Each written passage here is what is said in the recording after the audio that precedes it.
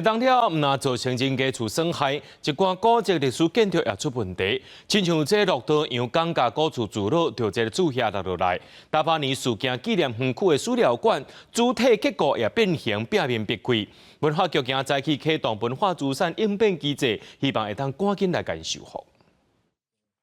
不要规片拢落落来，红色的厝下碎伫个土骹。台湾上大而且保存上完整的传统单姓宗族农村聚落，鹿岛杨江家聚落，因为遮碗地动尾的景仰，日已经过家己大地动含真侪地动尾的摧残，四界拢是封锁线。内面来叫后戏骨板啊，全部拢爱装销呢。因为厝顶的厝下拢红准甲落去，光线是透入去室内，遮侪栋百年历史的土造、砖造等等无共建筑风格的古厝组成的江家聚落，目前有25户。 大地当那毁损顶规文主嘛，互基面无法度个大。有的是整个屋顶塌掉，有的是裂开。啊，如果这个未来不做修缮的话，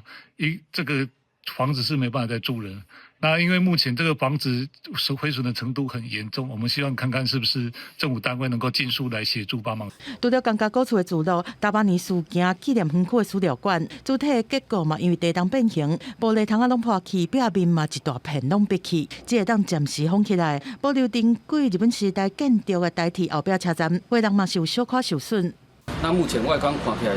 还阁